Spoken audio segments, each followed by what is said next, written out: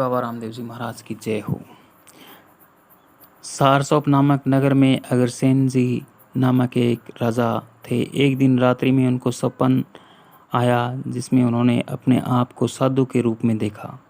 जागने पर उन्होंने अपने घर परिवार और सगे संबंधियों को अपने सौपन का वर्णन किया।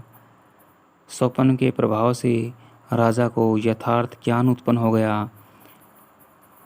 उन्होंने सोचा जिस प्रकार वह सौपन था उसी प्रकार यह जगत का प्रपंच भी सब सौपन है।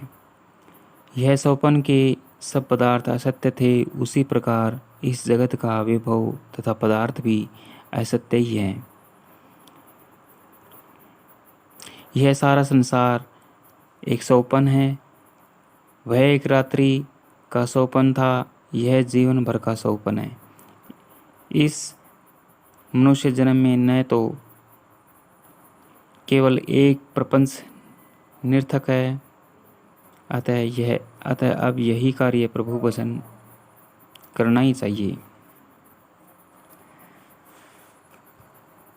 राजा ने सौपन की बातों पर निश्चय करके राज्य का त्याग कर दिया और साधु का वेश बनाकर वहाँ से निकल गए।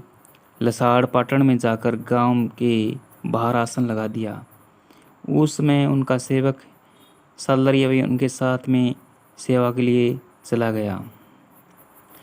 साधु तो आसन लगाकर ध्यान में मग्न हो गए और सालरिया भिक्षा मांगने के लिए नगर लसाड़ पाटन में गया। भिक्षा मांगनी आती नहीं थी, अतः किसी ने उसे भिक्षा नहीं दी।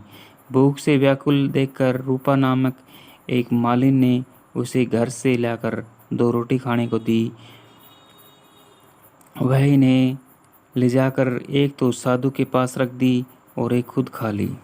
दूसरे दिन सालरिया जंगल में से लकड़ी काटकर बाजार में बेचकर और उससे जितना भी पैसा मिला उससे अनाज खरीदा और मालिन के घर दे दिया। मालिन ने उस अनाज को पीसकर रोटियां बनाकर और सालरिया को दे देती थी। सालरिया आधी तो साधु के पास रख देता और आधी खुद खा लेता था। इस प्रकार करते करते 12 वर्ष बीत गए। जब महाराज जी ने समाधि खोली, समाधि से अपनी आंखें खोली, आसन के पास बहुत सी रोटियों को देखकर बाबा जी ने पूछा, ये इतनी रोटियों का ढेर क्यों लगाए? तब सालरिया ने सारी कहानी बताई।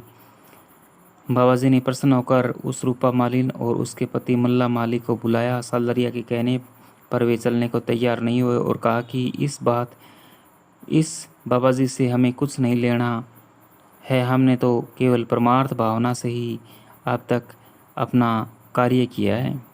सालरिया ने जाकर बाबा जी से उसका सारा हाल कह दिया। बाबा जी ने सारी नगरी लसाड़ पाटन को साफ दिया कि लसाड़ पाटन दल पटन एक मल्ला माली का घर बचन। इनको ऐसा कहते ही सारा शहर जमीन में दब गया, केवल एक मल्ला माली का घर बच गया। यह देखकर दोनों स्त्री पुरुष बाबा जी के चरणों में आकर गिर गए और अक्षमा प्रार्थना की। तब साधु महाराज ने उनको आशीर्वाद दिया। जय बाबा रामदेव जी महाराज की जय हो।